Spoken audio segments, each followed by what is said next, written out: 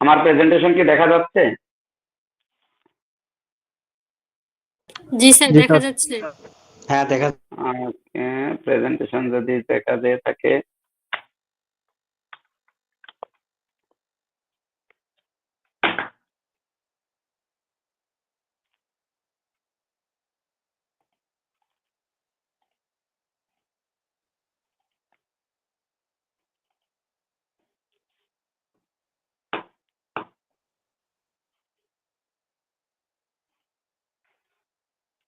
তাহলে আমরা একটু শর্ট ব্রিফ করে আসি। আমরা গতদিন কি কি আলোচনা করছিলাম, তারপর থেকে আমাদের আজকের আলোচনা শুরু করি। আমরা ওয়াশ আলোচনা করছিলাম, ওয়াশ কি জিনিস এটা নিয়ে আমরা আলোচনা করছিলাম, কেন ওয়াশ ইম্পর্টেন্ট এটা আলোচনা করছিলাম।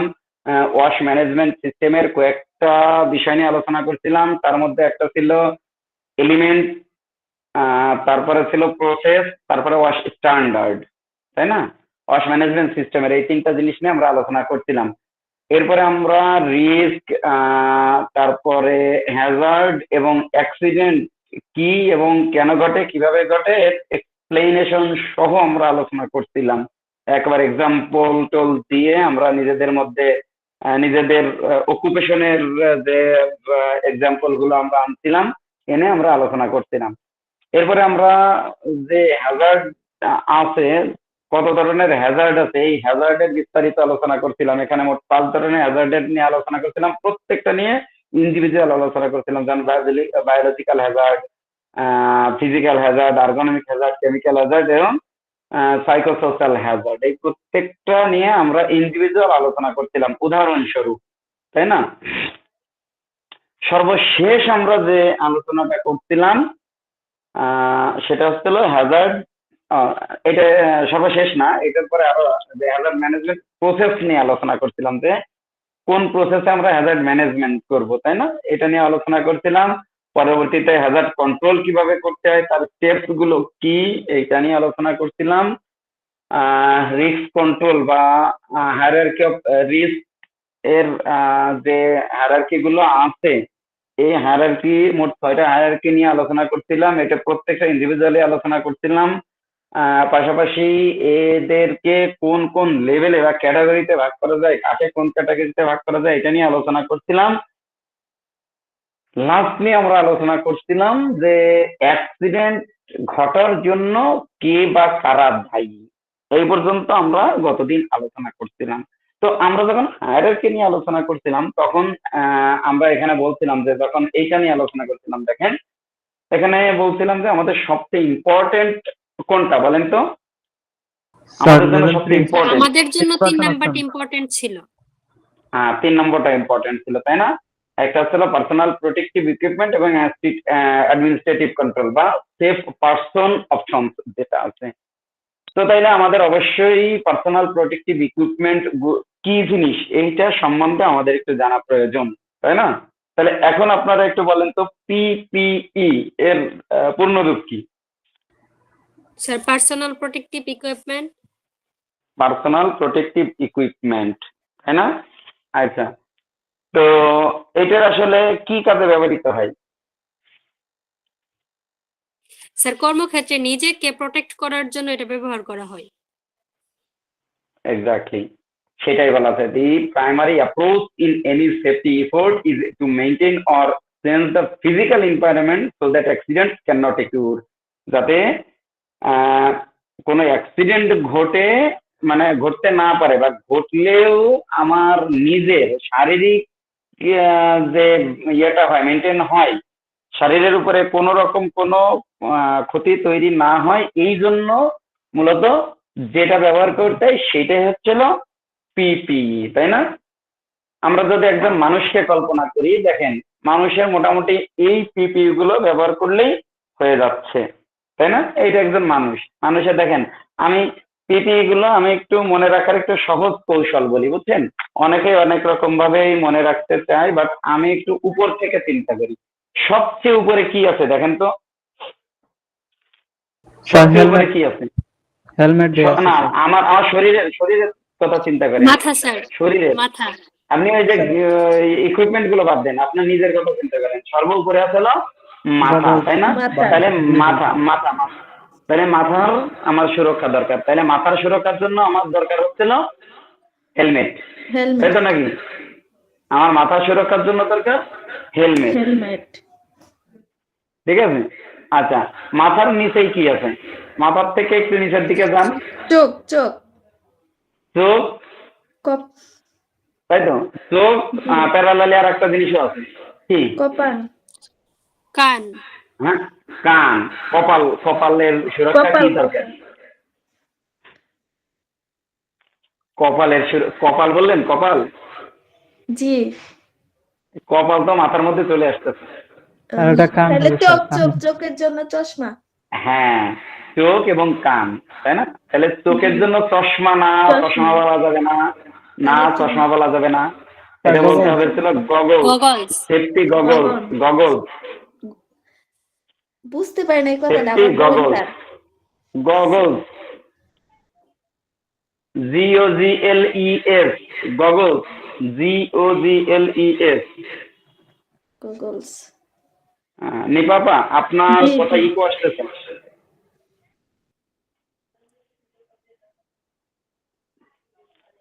আচ্ছা, তাইলে সেফটি গগল, কেউ চশমা বলবেন না, ঠিক আছে? চশমা এবং গগলস এর মধ্যে ডিফারেন্স হচ্ছে, ফিজিক্যালি দেখাইতে পারলে খুব ভালো হতো।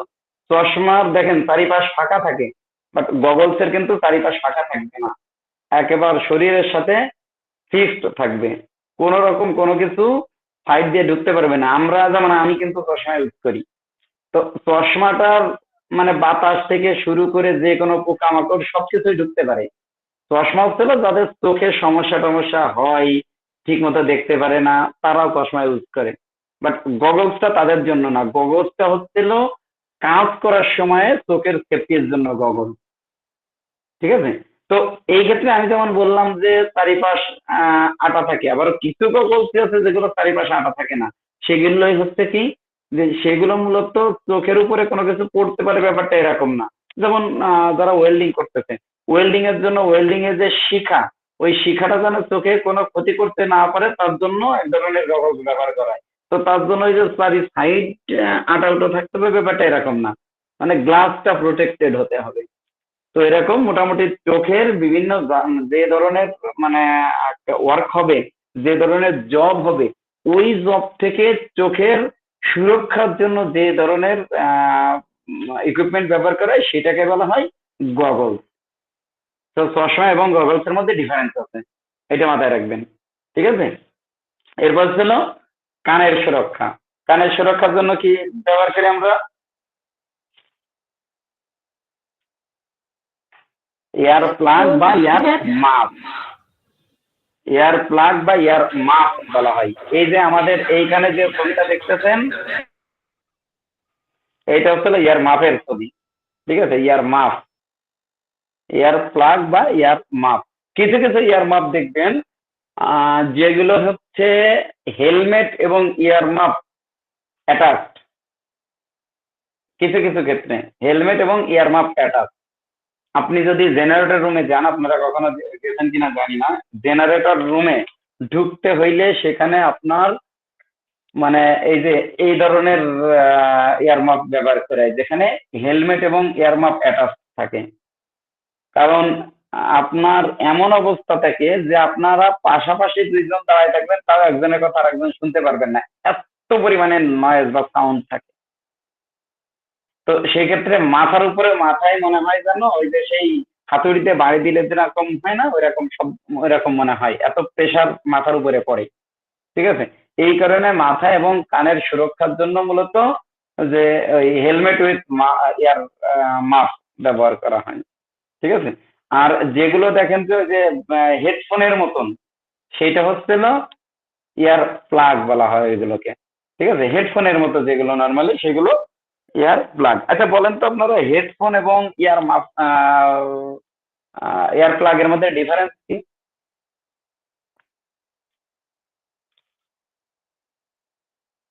কেউ বলতে পারবেন? স্যার, এয়ার প্লাগটা যদি কানে থাকে তাহলে বাইরের নয়েজটা কম আসবে, আর হেডফোন যদি থাকে স্যার বাইরের নয়েজটা প্রপারলি আসবে। ঠিক এটা না, এটা যেটা বলছেন ঠিক আছে। হেডফোন এবং ইয়ার প্লাগ বা ইয়ার মাফের মধ্যে ডিফারেন্স হলো একটা হলো শব্দ কানের মধ্যে ঢুকাইতে হয়, আর একটা কানের ভিতরে না ঢুকতে পারে তার জন্য প্রোটেক্ট দিতে হয়। এই হলো ডিফারেন্স। কারণ হেডফোন সাধারণত কি কানের মধ্যে শব্দ ঢুকানোর জন্য আমরা ইউজ করি, তাই না? কানকে ক্ষতি করার জন্য ব্যবহার করি। একটা কানকে ক্ষতি করার জন্য ব্যবহার করি, একটা কানকে ক্ষতির থেকে বাঁচানোর জন্য ব্যবহার করি।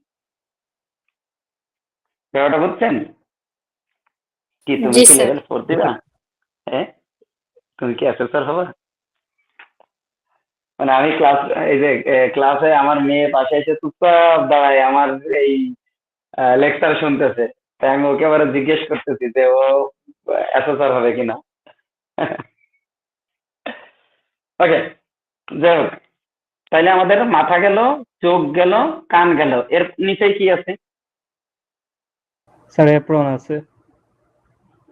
না, আমি ইকুইপমেন্টে যাচ্ছি না, আমার শরীরের অঙ্গ প্রত্যঙ্গের কথা স্যার বলেন। বডি শরীর আছে, বডির অংশ আছে স্যার।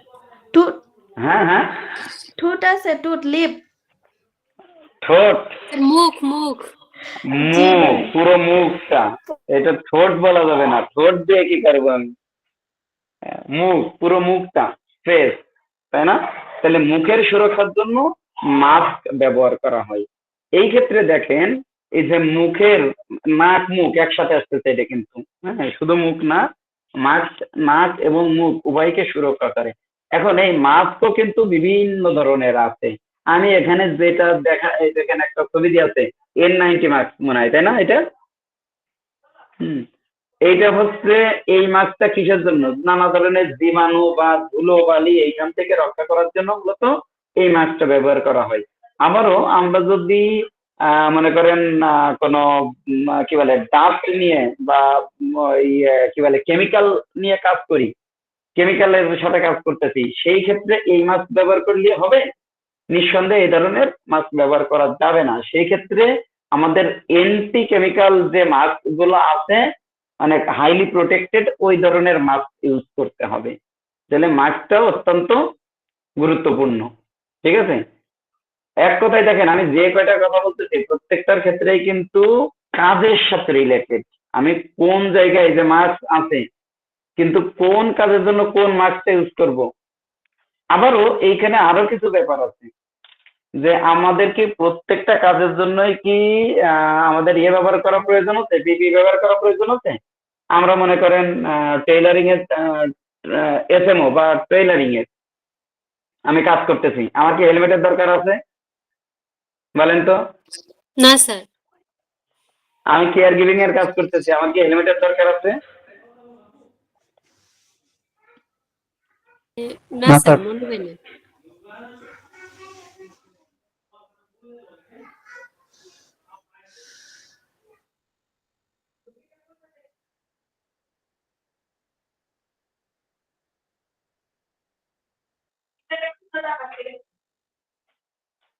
আচ্ছা, তাহলে হেলমেট আমরা এইসব ক্ষেত্রে ইউজ করতে করবো না, তাই না? আবার আমি আমি যদি কনস্ট্রাকশনে কাজ করি, সেখানে কি আমি হেলমেট না ব্যবহার করলে কাজ হবে? না স্যার, না স্যার, হবে না। হেলমেট ইউজ করা লাগবে।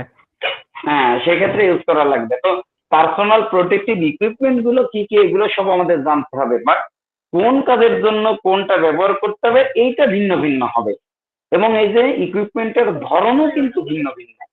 ঠিক আছে, মাস্ক যেমন আমরা বিভিন্ন কাজের জন্য বিভিন্ন রকম ব্যবহার করতেছি, ঠিক এরকম যেমন এরপরে আছে কি, মুখের পরে কি আছে? শরীর, তাই না? তাহলে শরীরের প্রোটেকশনের জন্য দরকার হচ্ছে না অ্যাপ্রন। আমরা যেটাকে ব্যবহার করি এটার নাম কি? এপ্রন। অ্যাপ্রন। আমরা কিন্তু মুখস্থ রাখবো, আমরা এই জিনিসগুলো একেবারে মনে রাখবো। আমরা এখানে ট্রেনারদের এটা হচ্ছে ফরজে আইন মনে রাখা। ঠিক আছে, ফরজে আইন একেবারে। তো ট্রেনাররা যদি এটা মনে না রাখে, তাহলে এইটা হচ্ছে লজ্জাজনক, আমাদের আর কিছু হতে পারে না। তাহলে অ্যাপ্রন, ঠিক অ্যাপ্রনেরও কিন্তু অনেক ধরন আছে। ঠিক আছে, এই যে যেমন আমার এখানে দেখেন দুইটা অ্যাপ্রনের ছবি দেওয়া আছে, দেখছেন? এই একটা, এই একটা, তাই না? তো এই যে যে অ্যাপ্রনটা, এইটা সাধারণত কোন সময় ব্যবহার করি বলেন তো? যখন আমরা দেখেন ফুল বডি অ্যাপ্রন, তার মানে কি কেমিক্যাল বা ফুয়েল বা ফিউম জাতীয় কোনো কিছু যখন আমরা নিয়ে নাড়াচাড়া করি বা ইয়ে করি, তখন আমাদের এই ফুল বডি অ্যাপ্রনটা ব্যবহার করা হয়। আবারও আমাদের মনে করেন কুকিং যারা আছি অথবা ইয়ে কি বলে বিউটিফিকেশনে যারা আছি বা কেয়ার গিভিং এ যারা আছি তাদের কি কেয়ার ফুল বডি দরকার আছে? শুধু ফ্রন্ট না সাইড স্যার। শুধুমাত্র ফ্রন্ট সাইড প্রোটেকশনের যে অ্যাপ্রন গুলা এইটা পড়লেই হয়ে যাচ্ছে, তাই না? তো এই কারণে আমি এইটাই বারবার করে বলতেছি যে অবশ্যই যে কাজের জন্য যেটা প্রয়োজন তখন সেইটাই সেই পিপিটাই পড়তে হবে। তাহলে বডি গেল, এবারে তারপরে কি আছে? হ্যান্ড আছে, স্যার তাই না? হাত, হাত। তাহলে হাতের সুরক্ষার জন্য কি দরকার বলেন তো? Hand gloves. Hand gloves, hand gloves, তাই না? GLOVES, GLOVES, গ্লাভস বলেন গ্লোভস বলেন যাই বলতে পারেন, সমস্যা নেই। তাহলে হ্যান্ড গ্লাভস এর ক্ষেত্রে একই অবস্থা, এক এক কাজের জন্য এক এক ধরনের। চামড়ার হ্যান্ড গ্লাভস আছে, কাপড়ের হ্যান্ড গ্লাভস আছে, স্টিলের হ্যান্ড গ্লাভস আছে, তারপরে হচ্ছে আপনার প্লাস্টিকের হ্যান্ড গ্লাভস আছে, হ্যাঁ, রাবারের হ্যান্ড গ্লাভস আছে। তো এই যে এটা ছিল কাজ বিশেষ। আমি মনে করেন এসএমওর কাটিং এ যারা ব্যবহার করবে তারা যদি চামড়ার বা অন্য কোনো কিছু ইউজ করে তাহলে লাভ হবে বলেন তো? ওইখানে কোনটা ব্যবহার করতে হবে? ডেফিনেটলি স্টিলেরটা ব্যবহার করতে হবে, তাই না? আবার আপনি কারেন্টের কাজ করতেছেন, ইলেকট্রিক্যাল কাজ করতেছেন, সেই ক্ষেত্রে আপনি চামড়ার হ্যান্ড গ্লাভস ব্যবহার করলেন, লাভ হবে? সেই ক্ষেত্রে রাবারের হ্যান্ড গ্লাভস ব্যবহার করতে হবে। বিষয়গুলো ক্লিয়ার? জি স্যার। আবার এই যে কেয়ার গিভিং বিউটিফিকেশন যারা আছেন তারা কোন ধরনের হ্যান্ড গ্লাভস ইউজ করেন? একেবারে পাতলা যে কি বলে এটাকে কি গ্লাভস বলে, একেবারে রাবারের যে পাতলা গ্লাভস আছে এগুলো ইউজ করেন না?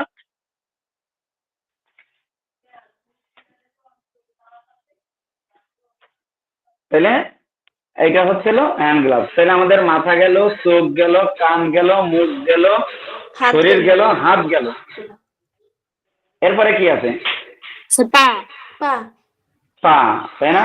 তাহলে পায়ের সেফটির জন্য কি দরকার? মোজা, সুজা, স্যার, জুতা, সেফটি শু সেফটি স্যার। শু, শু, সেফটি শু। সেফটি শু, তাই না? এই সেফটি শু কিন্তু বিভিন্ন ধরনের আছে, সেফটি শু বিভিন্ন ধরনের আছে। নিপাপা, আপনি জি। যখনই ইয়ে করতেছেন তখনই এটা রিপিট হচ্ছে কথাটা, ঠিক আছে? কেন জানি না এটা হচ্ছে। আমরা মনে হয় দুইটা ডিভাইস ওপেন করা কিনা। আচ্ছা, যাই একটাই হোক, স্যার, একটাই। কিন্তু দেখ কোন একটা প্রবলেম হচ্ছে। ওকে, ঠিক আছে স্যার, ঠিক আছে। আচ্ছা, আপনি কথা বলার পরে সাথে সাথে কথা বলেই শেষ করে আপনি হচ্ছে মিউট করে দেবেন, তাইলে প্রবলেম হবে না। এটা একটু জি খেয়াল স্যার, রাখেন, হ্যাঁ? জি স্যার।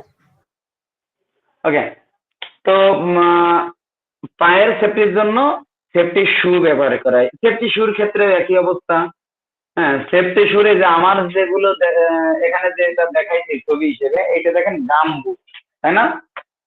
এটা গাম বুট, এটা সাধারণত কনস্ট্রাকশন অথবা ইলেকট্রিক্যাল কাজ করতে গেলে এই ধরনের কাজে এটা ব্যবহার করা হয়। আর যদি আমার আবারও এরকম যে ভারী জিনিসপত্র বহন করার ক্ষেত্রে যখন আমরা কোনো সেফটি শু ব্যবহার করবো তখন কি আর এটা ব্যবহার করলে কাজ হবে বলেন তো? তখন কিন্তু স্টিলের এক ধরনের সেফটি শু পাওয়া যায় যার উপরে মানে একেবারে স্টিলের স্টেনলেস স্টিলের প্রলেপ দেওয়া থাকে, যে পায়ের উপরে যদি আপনার মনে করেন এক মনোজনের কোনো কিছু পড়ে তাহলে পায়ের ক্ষতি হয় না, ঠিক আছে? তো সেই ক্ষেত্রে আমাদের ওই সেফটি শুটা ইউজ করতে হবে। অর্থাৎ এই যে যে জিনিসগুলো আমি বললাম প্রত্যেকটাই দেখেন কাজের সাথে রিলেটেড, এবং সব কাজের জন্য সবটা প্রয়োজন না, কিন্তু আমাদের প্রত্যেকটাই জানা লাগবে। আর একটা ইকুইপমেন্টের কথা এখানে বলা নাই, বলেন তো আপনারা কোনটা? একটা ইকুইপমেন্টের কথা এখানে বলা নাই যেটাও ক্ষেত্র বিশেষ কিছু কিছু কাজে লেগে যায়।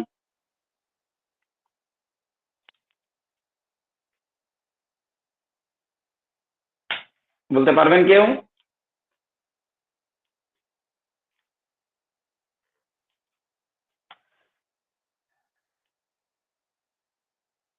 আচ্ছা, আপনারা যারা যারা আছেন বলেন তো আপনাদের সেন্টারে বা আপনাদের প্রতিষ্ঠানে স্যার ফায়ার আর স্ট্রিং এর মনে হয়। না, ফায়ার এক্সটিংগুইশার কোনো পিপিই না, ওটা কোনো পিপিই না।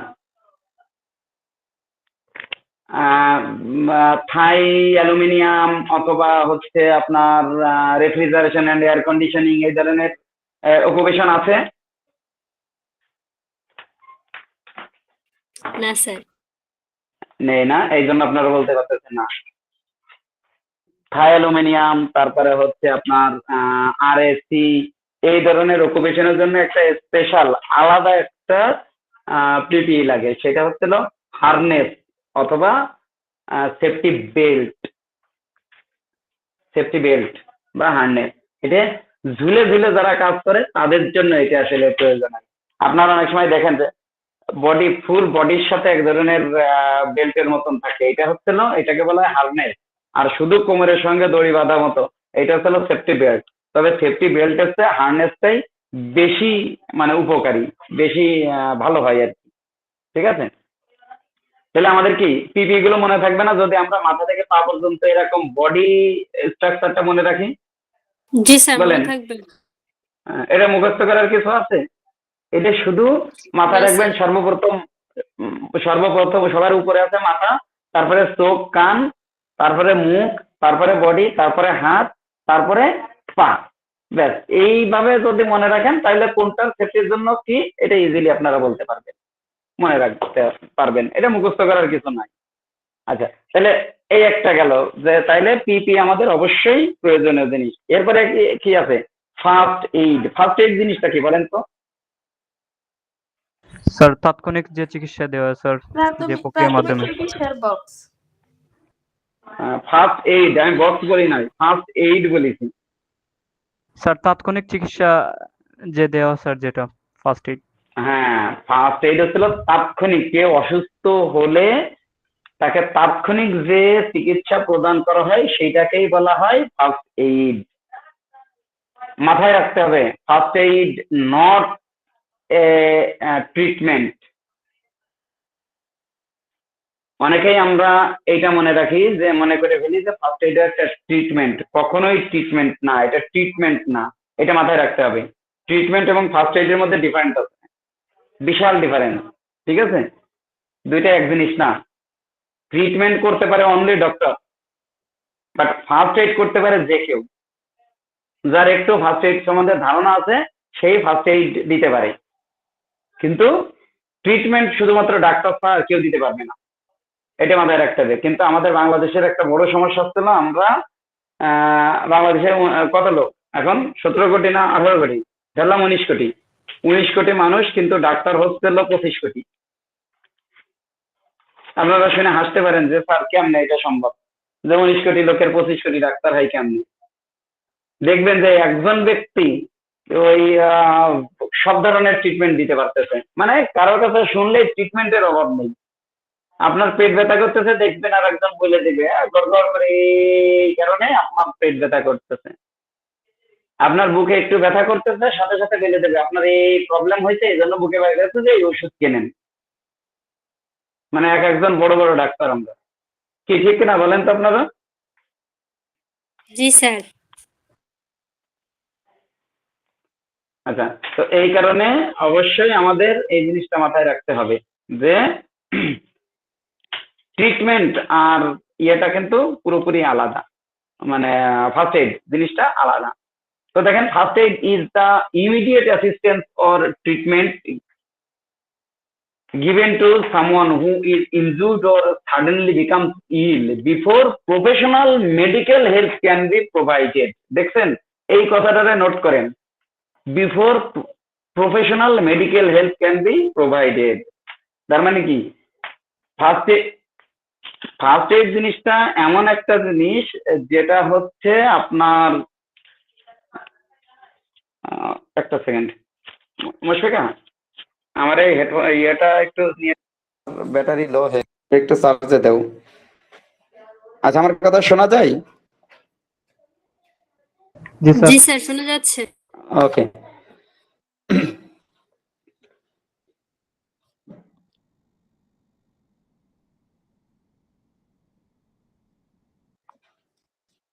আচ্ছা, তো মূলত যেটা বলতেছিলাম যে কেউ দুর্ঘটনা ইনস্ট্যান্ট কেউ যদি দুর্ঘটনার সম্মুখীন হয়, যে এমন একটা অবস্থা যে ডাক্তারের কাছে নিতে গেলে এর অবস্থা মৃত্যু পথযাত্রী বা মৃত্যু হয়ে যেতে পারে, ঠিক আছে, সেই ক্ষেত্রে ডাক্তারের কাছে নেওয়ার মতন পরিবেশ তৈরি করা, অথবা এমন হইতে পারে যে না ডাক্তারের কাছে নেওয়া লাগবে না, ফার্স্ট এইড দিলেই তাকে মোটামুটি সে একটু রেস্ট নিলেই সে সুস্থ হয়ে যাবে, এইটাই মূলত ফার্স্ট এইড।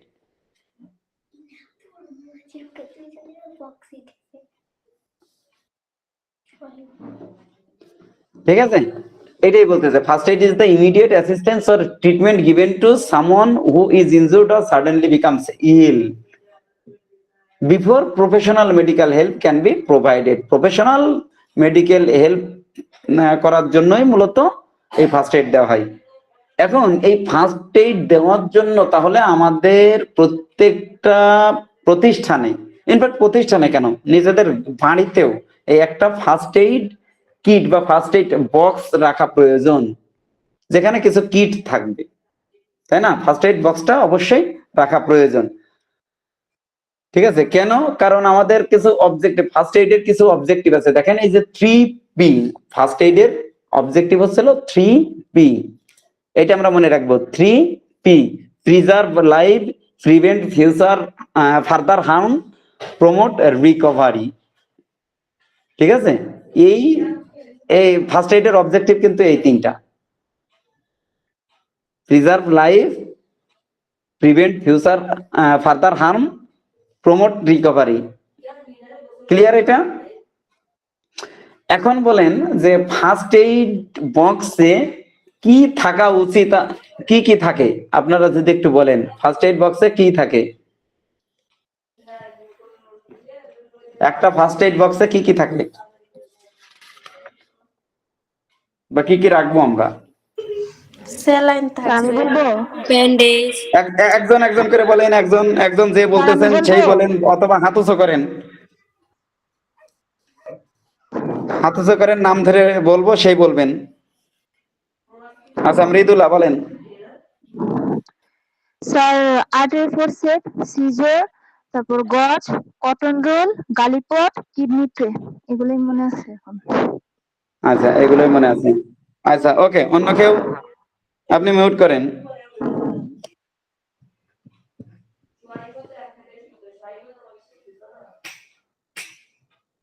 অন্য কেউ? নিপাপা বলতে চাচ্ছিলেন, নিপাপা একটু বলেন। আমরা স্যালাইন রাখতে পারি, নাপা, গ্যাসের ট্যাবলেট, তারপরে তারপরে আর মনে নাই, আপু তো বললো এগুলো। ওকে, তাহলে অন্য আরেকজন বলেন তো। স্যার ব্যান্ডেজ, গ্লাভস, হুম হুম স্যার আছে স্যার যে পিন, হ্যান্ড ওয়াশ, ডেটল, হুম স্যার ওকে, অনেকে কটন। অনেক রকম বলছেন। ঠিক আছে, এখন আমরা আসলে যাই দেখি আসলে কি কি রাখতে পারবো আর কি রাখতে পারবো না। নিপাপাও যেমন কয়েকটা বলার মধ্যে দুটো জিনিস বলছে, একটা হচ্ছিল নাপা, গ্যাসের ঔষধ। অন্যরা বলেন তো এটা কি রাখা যাবে? না স্যার, কেন রাখা যাবে না? কি প্রবলেম? সুমাইয়া তো জানে, এই জন্য সুমাইয়া বলতে পারবে সুন্দর করে। স্যার এটা তো তাৎক্ষণিক চিকিৎসার জন্য স্যার, তার যে গ্যাসের প্রবলেম, গ্যাসের ওষুধটাই প্রয়োজন স্যার, সেটা তো আমরা বুঝবো না তাৎক্ষণিক ভাবে। তো হুট করে যদি আমরা দিয়ে দিই, এটা তো সমস্যা হইতে পারে, বিপরীত কোনো কিছু হইতে পারে। আচ্ছা, পরে দিতে পারবেন? তাৎক্ষণিক না দিতে পারেন, একটু পরে দিতে পারবেন? স্যার ওটা চিকিৎসকের পরামর্শে স্যার দিতে পারবো। এক্স্যাক্টলি, আমি একটু আগে একটা কথা বলছিলাম যে আমরা কিন্তু ট্রিটমেন্ট করতেছি না, মাথায় রাখতে হবে, আমি ট্রিটমেন্ট করতেছি না, আমি ডক্টর না। কোন রোগের কি ঔষধ এইটা শুধুমাত্র ডাক্তারই দিতে পারে, এইটা আমরা দিতে পারি না। ঠিক আছে, গায়ে গা গরম হচ্ছে, এটা কি জ্বরের জন্য হচ্ছে নাকি অন্য কোনো রোগের কারণে হচ্ছে, এটা কি আমি বলতে পারবো?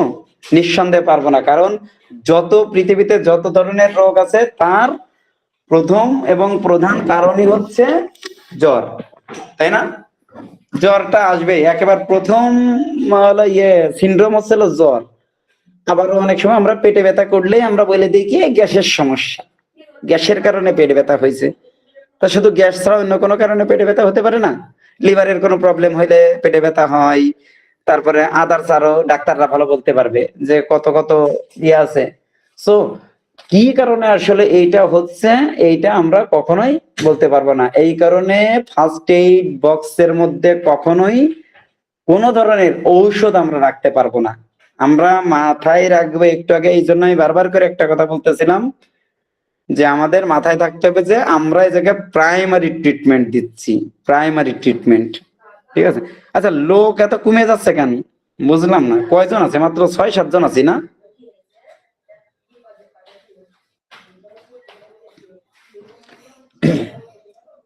যাই হোক, তাইলে এই জন্য আমাদের জাস্ট এখানে আমি কয়েকটা এক্সাম্পল দিছি, এর বাইরে আরো কিছু জিনিস থাকে, যেমন এই যে গজ, ব্যান্ডেজ, তারপরে ছিল চিমটি, তারপরে হ্যান্ড গ্লাভস।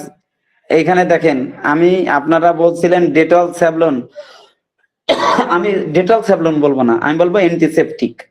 স্যার অ্যান্টিসেপটিক যে কোনো ধরনের অ্যান্টিসেপটিক হতে পারে, অনেক ধরনের অ্যান্টিসেপটিক, ওর স্যালাইন, ঠিক আছে, হ্যান্ড স্যানিটাইজার, কটন, এই যে যে ট্রায়াঙ্গেল, এই এই ধরনের মোটামুটি কিছু আইটেম আছে। এখানে আইটেমের ভ্যারিয়েশন আছে, আপনার রেড ক্রিসেন্ট কিছু বলে, আবারও ইউনিসেফ এক ধরনের বলে। ঠিক আছে? ইকুইপমেন্ট গুলো একই, বাট কেউ বেশি বলে, কেউ কম বলে। ঠিক আছে? এরকম মোটামুটি এভারেজে এরকম 16 থেকে 18টা ইকুইপমেন্ট আছে যেগুলো আর কি ব্যবহার করা হয়ে থাকে ফার্স্ট এইড বক্সের মধ্যে। কিন্তু আপনি কোনো জায়গায় কোন রকম কোথাও পাবেন না যে কোনো ধরনের ঔষধ ফার্স্ট এইড বক্সে ব্যবহার করা হয়। ঠিক আছে? এই জন্য অবশ্যই আমরা মাথায় রাখবো, আমাদের যে ফার্স্ট এইড বক্স গুলো আছে, এই ফার্স্ট এইড বক্সে যেন কোন রকম কোনো ঔষধ না রাখি। এটা কেস হয়ে যাবে, একেবারে আপনার নামে কিন্তু কেস হয়ে যাবে 144 ধারা। সো আমরা আমাদের প্রতিষ্ঠানে বা আমাদের বাসা বাড়িতে যেখানে আমরা ফার্স্ট এইড বক্স রাখি না কেন, সেখানে অবশ্যই কোনো ধরনের কোনো ঔষধ রাখতে পারবো না। ইনফ্যাক্ট আমরা কি করব, আমরা কিন্তু যে বাসা বাড়িতে যে ফার্স্ট এইড বক্স রাখি, এটা যে বক্সই হতে হবে এরকম কেনা বা হচ্ছে ওই যে এই যে আমি এখানে ছবি দিয়ে দিচ্ছি এই ধরনের, এইটা ম্যান্ডেটরি নেই। আপনার মনে করেন একটা প্লাস্টিকের বক্স আছে, সেই প্লাস্টিকের বক্সটাই আপনি রাখতে পারেন, তাই না? এখন বলেন যে এই ফার্স্ট এইড বক্সটা রাখবো কোথায়?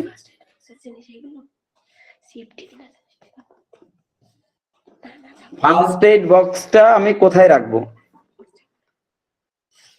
স্যার কোথায় রাখবো বলতে যে যে অফিসে বা বাসায় এরকম নাকি হ্যাঁ যে হ্যাঁ, নির্দিষ্ট একটা না স্থানে? অফিসে, মনে করেন অফিসের আপনার ওয়ার্ক প্লেসে আপনি এটা কোথায় রাখবেন?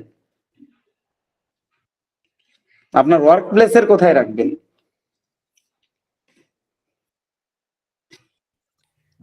স্যার সবার মোটামুটি স্যার সবার নাগালের কাছে, যেটা সবার চোখে পড়বে। একজন একজন একজন একজন করে বলেন। এটা তো স্যার একটা নির্দিষ্ট জায়গায় রাখবো যেটা সবার চোখে পড়ে, যে ফার্স্ট এইড বক্সটা এখানে। একটা নির্দিষ্ট জায়গায়, তাই তো? আচ্ছা, সুমাইয়া কি যেন বলতেছিলেন, বলেন। হ্যাঁ, আমি এটাই বলতেছিলাম যে স্যার একটা নির্দিষ্ট জায়গায় রাখবো সবার নজরের সামনে, যেন স্যার প্রয়োজনে যে কেউ ওটা থেকে নিতে পারে। এইটাই হচ্ছিল, আমার এইটাই জানার বিষয় ছিল যে দুইজনই এটাই বলছেন যে আমরা ফার্স্ট এইড বক্সটা এমন একটা জায়গায় রাখবো যেন সবার চোখের সামনে থাকে, যে কেউ দেখতে পারে। আমি আমার মানে এক্সপিরিয়েন্স কি জানেন, খুব মজার মজার এক্সপিরিয়েন্স আছে আমার। সেটা হচ্ছে আমি অনেক জায়গায় যেয়ে দেখছি, আমি বিভিন্ন সময় ভিজিটে গেছি, তো ভিজিটে যে আপনাদের ফার্স্ট এইড বক্সটা কই, আমি তো খুঁজে পাচ্ছি না। ঠিক আছে? তো একটা ড্রয়ারের থেকে বের করে দিয়ে বলতেছে এই যে আমাদের ফার্স্ট এইড বক্স। বাইরে ভাই, ড্রয়ারে তাও তালা দিয়ে রয়েছে। কি লাভ হইলো? ড্রয়ারে ফার্স্ট এইড বক্স ড্রয়ারে তালা দিয়ে রাখলে, ড্রয়ারে বুঝতে পারতেছেন তো, বা ফাইল ক্যাবিনেটের মধ্যে তালা দিয়ে রাখছে, মানে কি সে ছাড়া ওই ফার্স্ট এইড বক্স আর কেউ ইউজ করতে পারবে না, বা জানেও না, অন্য কেউ জানেও না। মনে করেন তালা দিয়া নেই, তাও এমন একটা জায়গায় রাখছে যে ওই ব্যক্তি ছাড়া ফার্স্ট এইড বক্স আর কেউই কোথায় আছে জানে না। ওইখানে ওই ফার্স্ট এইড বক্সের কোনো দরকার আছে? বলেন, কোনো দরকার আছে ওই ফার্স্ট এইড বক্সের? না স্যার। কোনো দরকার নেই। সো ফার্স্ট এইড বক্স আমরা এমন কোন জায়গায় রাখবো না যে এখানে রাখলে লোকজন খুঁজে পাবে না। ফার্স্ট এইডের যে কিট গুলা, এই কিট গুলা কিন্তু খাওয়া জিনিস না যে মানুষজন নিয়ে চলে যাবে, ঠিক আছে? সো চোখের সামনে রাখতে হবে, এই জিনিসটা অবশ্যই মাথায় রাখতে হবে, ঠিক আছে? এবং সবচেয়ে বেটার হয় ফার্স্ট এইড বক্সের মধ্যে আমরা যদি একটা, এই যে দেখেন এই জায়গায় একটা basic advice on first aid, অর্থাৎ এরকম গাইডলাইন আমরা রেখে দিই, খুবই ভালো হয়। যে বেসিক গাইডলাইন যেগুলো আছে, এই গাইডলাইনের যদি একটা 2-3টা পেজের একটা গাইডলাইন আমরা যদি লিখে ওর মধ্যে রেখে দিই, যেমন পুড়ে গেলে কি করতে হবে, কেটে গেলে কি করতে হবে, স্টেপস গুলা আর কি যদি ওইখানে লেখা থাকে, তাহলে জিনিসটা আরো যেই ব্যক্তি ফার্স্ট এইড দিবে তার জন্য ইজি হয়ে গেল।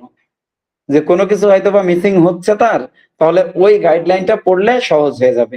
তো এই জন্য এটাও সাজেস্ট করা হয় যে কিছু বেসিক অ্যাডভাইস, যে কোনগুলো করব কোনগুলো করব না, কি করা যাবে কি করা যাবে না, এই জিনিসগুলো। যে অনেক সময় আমরা ওই যে একটু আগে বললাম যে নিজেদেরকে ডাক্তার ভাবা যাবে না, ঠিক আছে?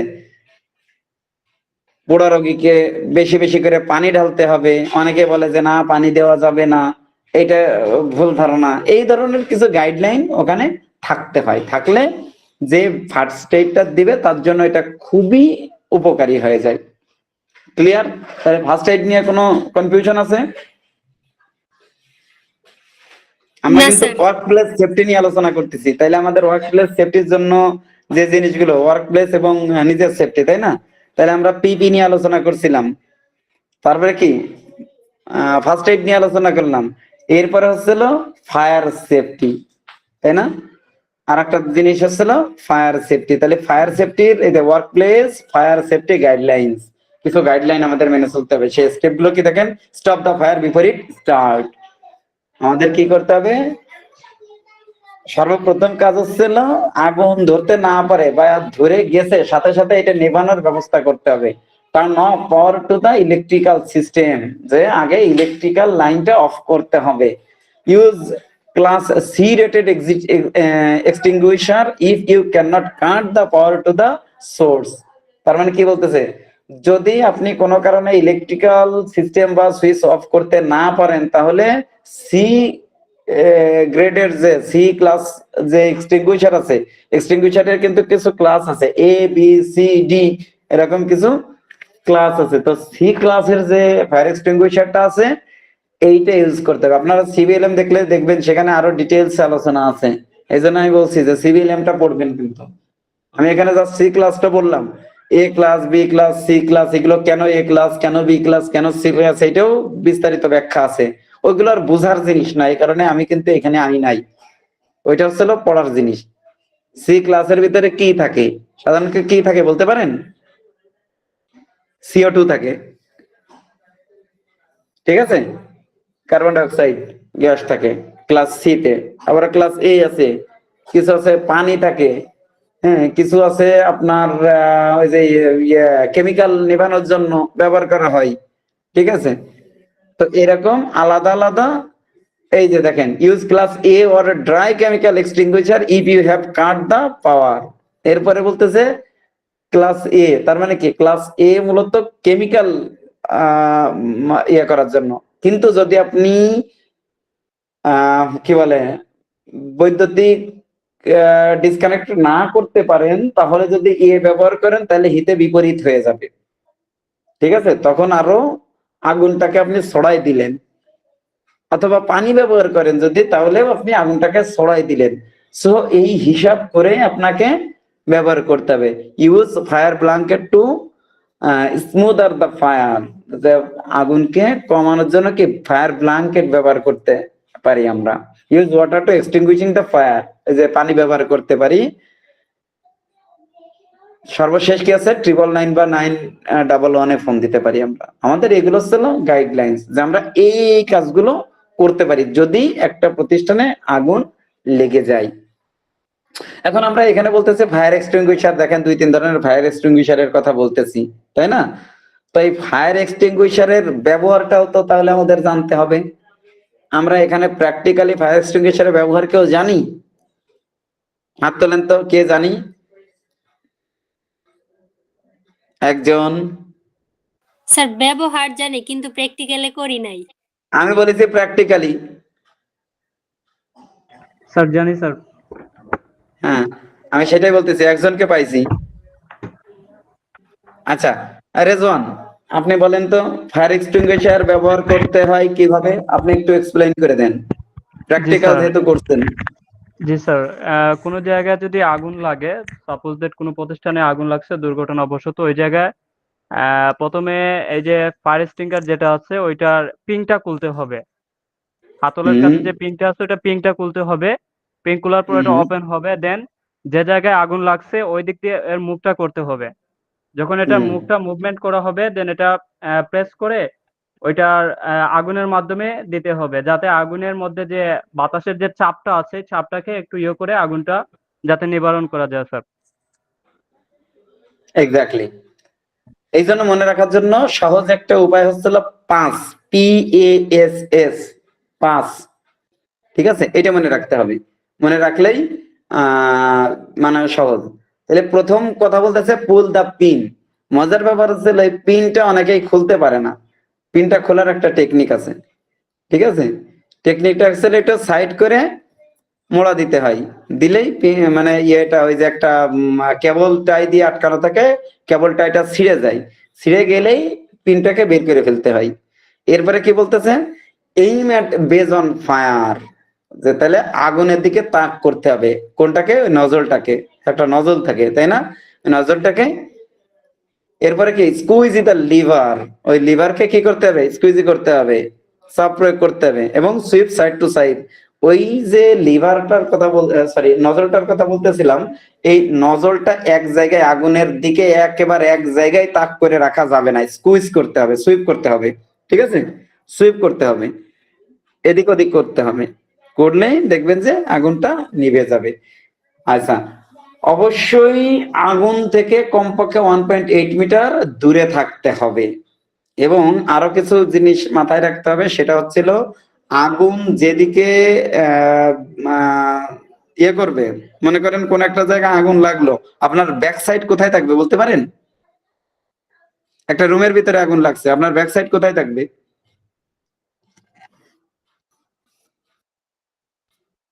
পেছন সাইড? দরজার দিকে রাখতে হবে, যাতে রাস্তা। হ্যাঁ, যাতে আপনি দরজার দিকে আর কি, ব্যাক সাইডটা দরজার দিকে রাখতে হবে, যাতে যদি নিয়ন্ত্রণের বাইরে চলে যায় তাহলে আপনি দরজা দিয়ে বের হয়ে যেতে পারেন।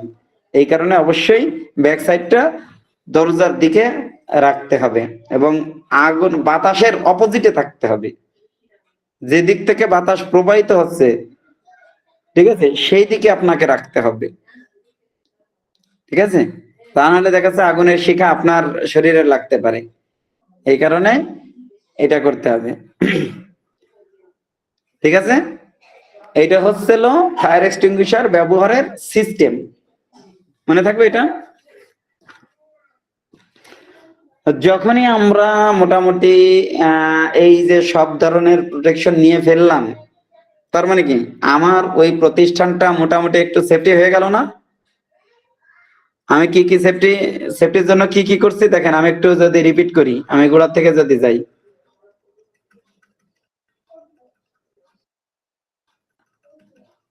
আমি ওয়াশের জন্য কি করছি, ওয়াশ ম্যানেজমেন্ট, ফুল ম্যানেজমেন্টটাই করছি। ম্যানেজমেন্ট করতে যে হ্যাজার্ড, রিস্ক, অ্যাক্সিডেন্ট সম্বন্ধে জানছি, এবং এইগুলো প্রত্যেকটারই প্রোটেকশনের জন্য ব্যবস্থা গ্রহণ করছি, তাই না? ব্যবস্থা গ্রহণ করার জন্য এই যে রিস্ক কন্ট্রোল বা হায়ারার্কি, যেটা এই হায়ারার্কি গুলো আমরা মেনটেন করছি, তাই না? সেই অনুযায়ী আমাদের পিপি এনশিওর করছি, আমরা ফার্স্ট এইড এনশিওর করছি, আমরা ফায়ার সেফটি এনশিওর করছি, তাই না? যখন এগুলো সবই এনশিওর করে ফেলছি, তখনই আমরা বলতে পারতেছি যে আমার ক্যাম্পাসটা মোটামুটি সেফটি ক্যাম্পাস, অর্থাৎ গ্রিন ক্যাম্পাস। এটাকে আমরা বলতে পারি গ্রিন ক্যাম্পাস, তাই না? যখনই সব ধরনের সেফটি থাকবে সেটাকেই তো আমরা গ্রিন ক্যাম্পাস বলতে পারি। তাহলে গ্রিন ক্যাম্পাসের জন্য আসলে আমরা এখন দেখি যে আরো কোনো কিছু আমাদের গ্যাপ আছে কিনা একটা গ্রিন ক্যাম্পাস করতে হইলে। দেখেন একটা গ্রিন ক্যাম্পাস ওই যে অলরেডি বললাম যে যেখানে একেবারে সবুজ পরিবেশ তৈরি করা হয়, গ্রিন পরিবেশ তৈরি করা হয়, সেটাই হচ্ছিল মূলত একটা গ্রিন ক্যাম্পাস। ঠিক আছে, কি কি আছে দেখেন, green and clean campus, solar energy, reduce the use of consumable materials, use organic materials, recycling materials, manage waste materials। এই জিনিসগুলো যদি প্র্যাকটিস করা হয় তাহলেই আমরা বলতে পারি যে আমাদের এটা একটা গ্রিন ক্যাম্পাস বা গ্রিন প্র্যাকটিস হচ্ছে। ঠিক আছে, এর মধ্যে হয়তো বা সবগুলো সম্ভব না, তারপরে আমরা অনেক সময় এটাকে যেমন সোলার এনার্জি যদি নাও থাকে তাও আমরা বলতে পারি যে গ্রিন ক্যাম্পাস, কিন্তু অন্যান্য যে সামগ্রীগুলো এগুলো যেন এনশিওর হয়। ঠিক আছে, আচ্ছা তাইলে এখানে দেখেন একটা জিনিস বলছে যে use recycle materials, manage West materials, তাই না? তারপরে reduce the use of consumable materials, যত কমানো যায় কনজিউমেবল যেসব ম্যাটেরিয়ালস আছে যত কমানো না যায় রিডিউস করা যায়। ইউজ অর্গানিক ম্যাটেরিয়ালস, যত সম্ভব অর্গানিক যেসব ম্যাটেরিয়ালস গুলো এইগুলোর ব্যবহার করতে হবে, রিসাইকেল করতে হবে। রিসাইক্লিং একটা ভেরি ইম্পর্টেন্ট পার্ট, কারণ রিসাইক্লিং যখন আপনি করবেন আপনার ম্যাটেরিয়ালস কস্ট কমে যাবে এবং পরিবেশ বান্ধব হবে, পরিবেশের ক্ষতিটাও তত কম হবে। রিসাইক্লিং নিয়ে আমরা আরো একটু আলোচনা করব। ঠিক আছে, ওয়েস্ট ম্যাটেরিয়ালস কে ম্যানেজ করব, এই জিনিসগুলো যদি আমরা করি তবেই সেটাকে আমরা বলতেছি গ্রিন প্র্যাকটিস। ঠিক আছে, অলরেডি এটা তো আপনারা বুঝছেন সোলার এনার্জি মানে কি, যে একেবারে সূর্যের তাপকে কাজে লাগিয়ে যে এনার্জি তৈরি করা হয় সেটা হচ্ছিল সোলার এনার্জি। এটা কারোর না জানার কথা না। এরপর হচ্ছিল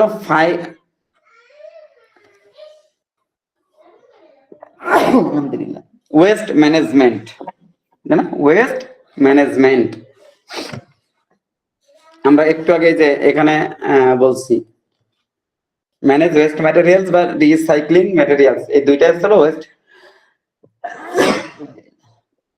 ম্যানেজমেন্টের ভিতরে চলে আসে। তাহলে ওয়েস্ট ম্যানেজমেন্টের জন্য আমাদের এই তিনটা জিনিস মাথায় রাখতে হবে, রিইউজ, রিডিউস, রিসাইকেল। অলরেডি দেখেন ওইটা চলে আসতেছে, রিইউজ, রিডিউস, রিসাইকেল, 3R বলা হয় সংক্ষেপে মনে রাখার জন্য। 3R মনে থাকবে সবার, 3R। ওকে, তাহলে 3R মনে রাখলে হয়ে যাবে। রিইউজ জিনিসটা কি? রিইউজ জিনিসটা কি? স্যার আবার ব্যবহার করা বা পুনরায় ব্যবহার করা। এক্স্যাক্টলি, আবার ব্যবহার করা বা পুনরায় ব্যবহার করা বা অন্য কোনো কাজে ব্যবহার করা। ফর এক্সাম্পল, আমরা এই যে বোতল, এই যে পানির বোতল খাই, পানি খাওয়া যে বোতল, এই বোতল কি করি পরবর্তীতে অন্য কোনো কাজে ইউজ করি, তাই না? করি কিনা? এইটা হচ্ছে জি স্যার। রিইউজ, ফেলে না দিয়ে ওইটাকে আমি অন্য কোনো কাজে ব্যয় করতেছি, ব্যবহার করতেছি, এইটাই হচ্ছে রিইউজ। আমাদের ওয়ার্ক প্লেসেও কিন্তু এরকম অনেক কিছু আছে যে একটা জিনিস মনে করেন যে এটা অন্য আবারও এটার এই কাজ শেষ হয়ে গেছে তো ওইটাতে আমি অন্য কোনো কাজে ব্যবহার করতেছি, এরকম করি না অনেক সময়? এইটা হচ্ছে না রিইউজ। রিডিউসটা কি? স্যার কোনো কিছু কমানো স্যার। কমানো, তাই না? কমানো তার মানে কি, যে এইখানে হচ্ছিল ট্রেনারের খেলা, ভেরি ইম্পর্টেন্ট একটা ট্রেনারের, এটা একটা আমি বলবো যে ট্রেনারের গুণ, রিডিউস করা। অনেক সময় দেখা যাচ্ছে আপনি যখন প্র্যাকটিক্যাল করাচ্ছেন, প্র্যাকটিক্যাল করতে যে একটা ম্যাটেরিয়ালস যেই পরিমাণ ব্যবহার করার কথা আপনি এমন একটা কৌশল অ্যাপ্লাই করছেন যে কৌশলের কারণে ম্যাটেরিয়ালস তার চেয়ে অনেক কম ব্যবহার করতে হচ্ছে, এটাই হচ্ছিল রিডিউস। ব্যাপারটা বুঝছেন? আমাদের টেইলারিং এর যারা আছেন, টিডিএম এর আছেন এখানে কেউ? স্যার এমনিতে নাই, কিন্তু স্যার দেখি টেইলাররা কিভাবে কাজ করে। দেখেন আপনি একটা টেইলার্স এর দোকানে যাবেন, আমি আমার ঘরের একটা উদাহরণ দিই আপনাদের, তাহলে জিনিসটা সহজ হবে। নরমালি কাপড় কিনতে গেলে সাপোজ লাগতেছে 2 গজ 4 গিরে বা 2.5 গজ, আমার ওয়াইফরে দেখি যে ও কাপড় আরো কম কিনে, যা অ্যাকচুয়াল দরকার তার চেয়ে একটু 2 গজ 3 গজ 4 গজ কম কিনে। যে কেন তুমি এটাই, দোকানদাররা বলতেছে এই কিনতে হবে, এই না কিনলে হবে না। হ্যাঁ, সে বলে যে না আমি বুঝবো না। এরপরে সে যখন ঘরে ওই কাপড়টা কাটে তখন দেখে যে একটু নর্মালি টেইলার মাস্টাররা যে স্টাইলে কাটে সে ওই স্টাইলে কাটে না, আরো অন্য সিস্টেমে কাটে। তার মানে কি, কাটিং এর সিস্টেমের কারণে আমার কিন্তু 2 গজ 3 গজ বা 4 গজ কাপড় কম লাগতেছে। এই যে যে জিনিসটা, এটা হচ্ছে রিডিউস করা বলা হয় এটাকে। ক্লিয়ার? তো আমরা যখন এই যে থান ধরে বড় বড় কাপড় কিনি আমাদের টেইলারিং এর জন্য, তাই না, প্র্যাকটিসের জন্য, তো সেইখানে আমরা এই কাজটা করতে পারি। আবার অনেক সময় আমি যেমন করি, বলি যে কাপড় না কেটে এখানে কাগজের ব্যবহার করতে পারেন, তাহলে এইটাও কিন্তু এক ধরনের রিডিউস, তাই না? কাপড়ের পরিবর্তে কাগজ ব্যবহার করলাম, এটাও রিডিউস। ক্লিয়ার?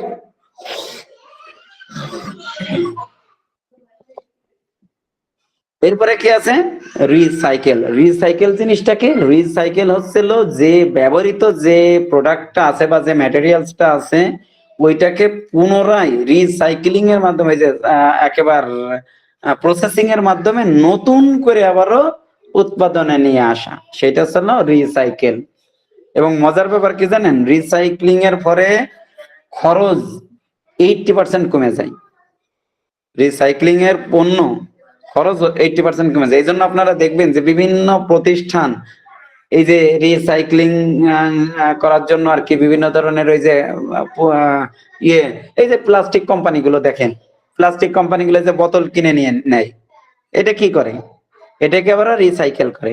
কারণ মূল প্লাস্টিক থেকে মূল যে ইথিলিন বা ইথিন যাই বলি না কেন, ইথিন থেকে আপনার বোতল তৈরি করতে গেলে বা প্লাস্টিক তৈরি করতে গেলে যেই পরিমাণ কস্টিংটা হয়, তো এই যে ব্যবহৃত যে বোতলগুলো আছে এইখান থেকে আবারও নতুন করে এটা গলায় বোতল তৈরি করতে গেলে কস্ট দেখা যাচ্ছে 60 থেকে 70% বা 80% মিনিমাইজ হয়, রিডিউস হয়।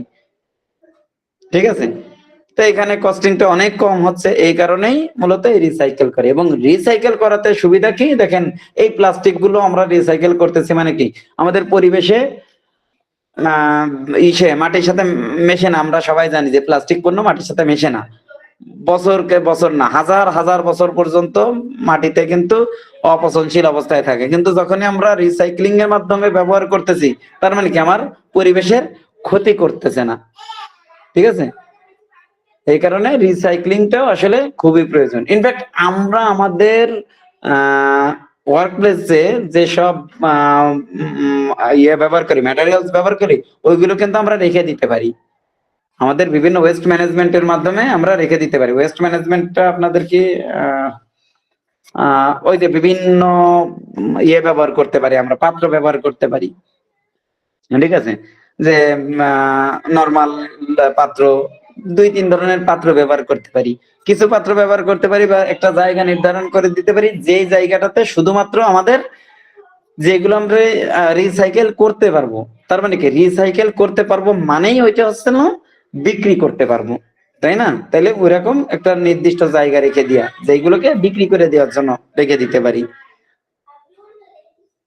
ঠিক আছে? আর একটা আর আছে, বলেন তো কি?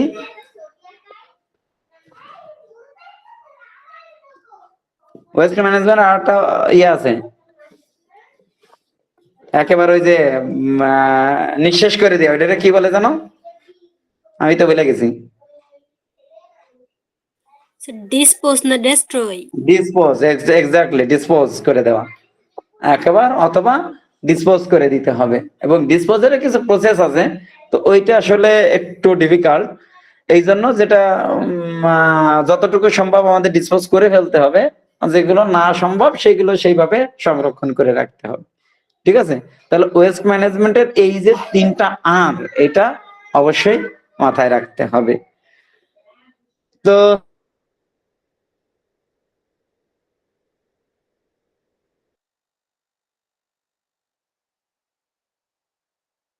হ্যান্ডার সেফটি নিয়ে আর কোনো নাই। স্যার আপনার কথাটা ক্লিয়ার না স্যার। এখন ক্লিয়ার? আমাদের আলোচনা জি শেষ। স্যার। হ্যাঁ, এখন দেখি তাহলে আমরা কি কি আলোচনা করছি বলেন তো। আমরা ওয়াশ নিয়ে আলোচনা করছিলাম, তাই না? মূলত পুরোটাই ওয়াশ নিয়ে আলোচনা করছি। ওয়াশ management system, risk, hazard, accident কি জিনিস, hazard types, hazard management process, hazard and risk control. এইটা হচ্ছিল গতদিন পর্যন্ত আমাদের ছিল, তাই না? এই পর্যন্ত। জি স্যার।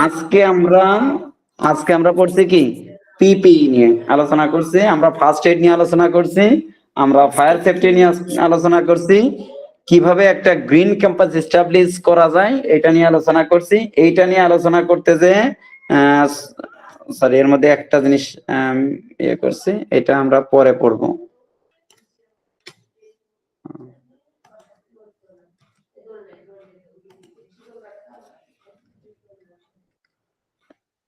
এইগুলো আমরা আলোচনা করছি, তাই তো? জি স্যার। ওকে। ইয়ে রানা ভাই, রেকর্ডিং অফ করে দিতে পারেন। ওকে, 1 মিনিট সময় লাগবে, করতেছি। এখন কারোর কোনো কোশ্চেন আছে কিনা এবারে বলেন। স্যার একটা কোশ্চেন ছিল স্যার। শিওর। স্যার গত ক্লাসে বলছিলেন স্যার রিস্কের পরিমাপ, স্যার ওইটার এই তো গুড, এই দেখেন দারুণ একটা কোশ্চেন করছেন, তাই না? হ্যাঁ, একটা ভালো জিনিস। আচ্ছা, রিস্ক কিভাবে মাপবো এটা নিয়ে আমি আজকে আলোচনা করতে চাইলাম, তাই না?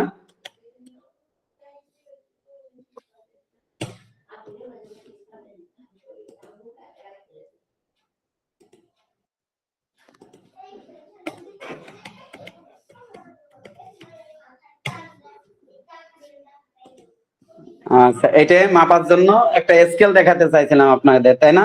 দেখছেন আমার তো সে একটু কেউ মনেও করে দেননি, আমার স্কেলটা যে কই আছে একটু খুঁজে বের করতে হতো, সমস্যা নাই, আমি দেখতেছি, একটু আমাকে একটু সময় দেন। হ্যাঁ, জাস্ট আমি একটু চেক করে দেখি আমার ল্যাপটপে কই আছে স্কেলটা। ভাই আমরা কি রেকর্ডটা রাখবো না বন্ধ করে দিব?